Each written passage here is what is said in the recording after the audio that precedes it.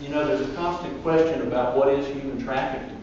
And I have to admit, I never had a good definition for it, other than the word I would use would be slavery.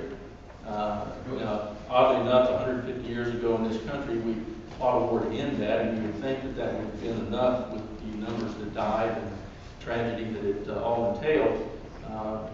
But it hasn't solved the problem, and it's still quite a vigorous problem here, which we'll learn about.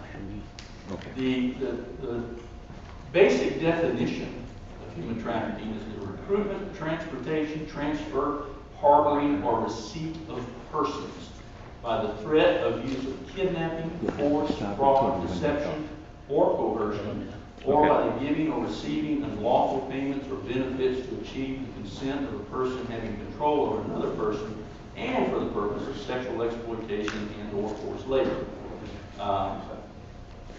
In order to fall within that definition, it doesn't necessarily require that you move transnationally. That could be from one side of Gainesville to the other side of Gainesville. And sadly, it does happen in this community as well.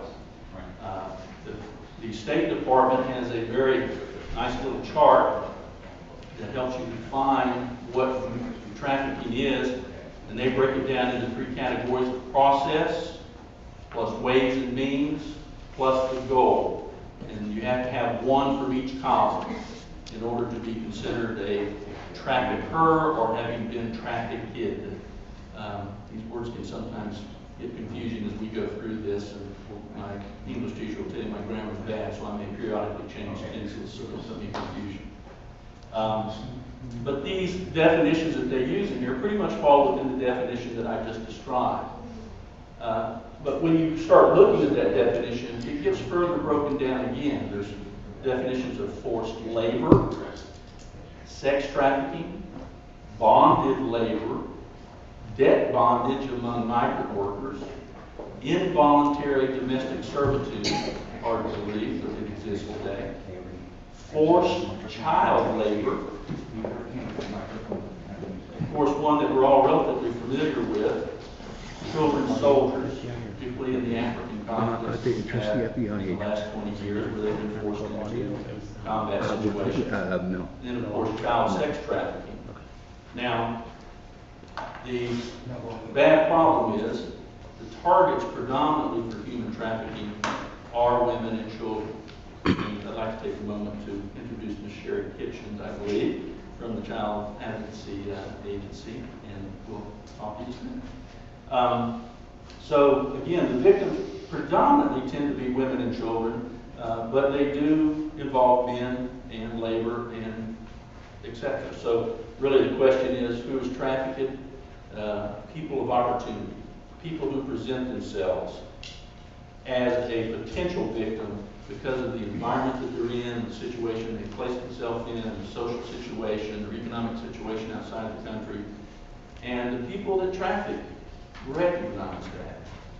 Apparently, which I hope we learned about, there's probably a profiling system that they use to identify who these people are quickly and be brought into the system without much resistance. And probably a lot of initiative, but a little bit as it goes on. I don't want to bore you with statistics because there are lots of them. But again, as a physician, medically, physicians probably see a great deal of this, and you would think, and I hope that someone can address the role of medicine in helping to identify these victims. Because particularly in the sex trafficking industry, venereal disease, including hepatitis, which most people don't necessarily think of as a venereal disease, hepatitis B, hepatitis C, they do end up being drugged a lot. The sexually transmitted diseases, the sterility that comes from that, pregnancies that are unwanted are dealt with in the community, unbeknownst to many of the providers in ways that we as a community kind of accept as a normal behavior now, actually indirectly benefits their industry. So there's a lot of issues that interconnect in ways that you really never thought about before once you get into studying what human trafficking really is. And the impact of that disease process on the healthcare community alone is probably a lot more expensive than we know, although these people tend to pay their bills to avoid being put on the radar screen. So there's good and bad about it in terms of avoiding burdening us in other taxways.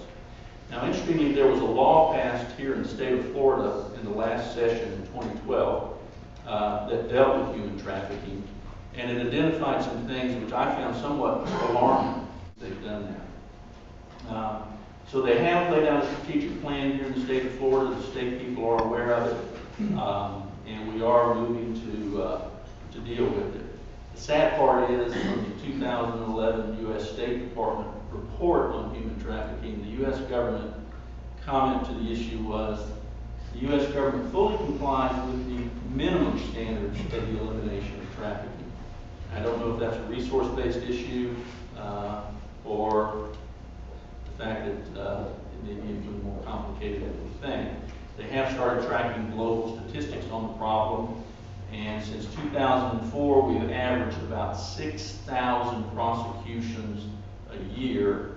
Of that, we have about a 50% conviction rate, which is a little bit alarming, but one would hope that in the next several years, if they are guilty, assuming we follow our laws, that we get that up to a higher number. And they have rescued the victims they've identified, upwards of about an average of about 35,000 victims a year. So, having said that,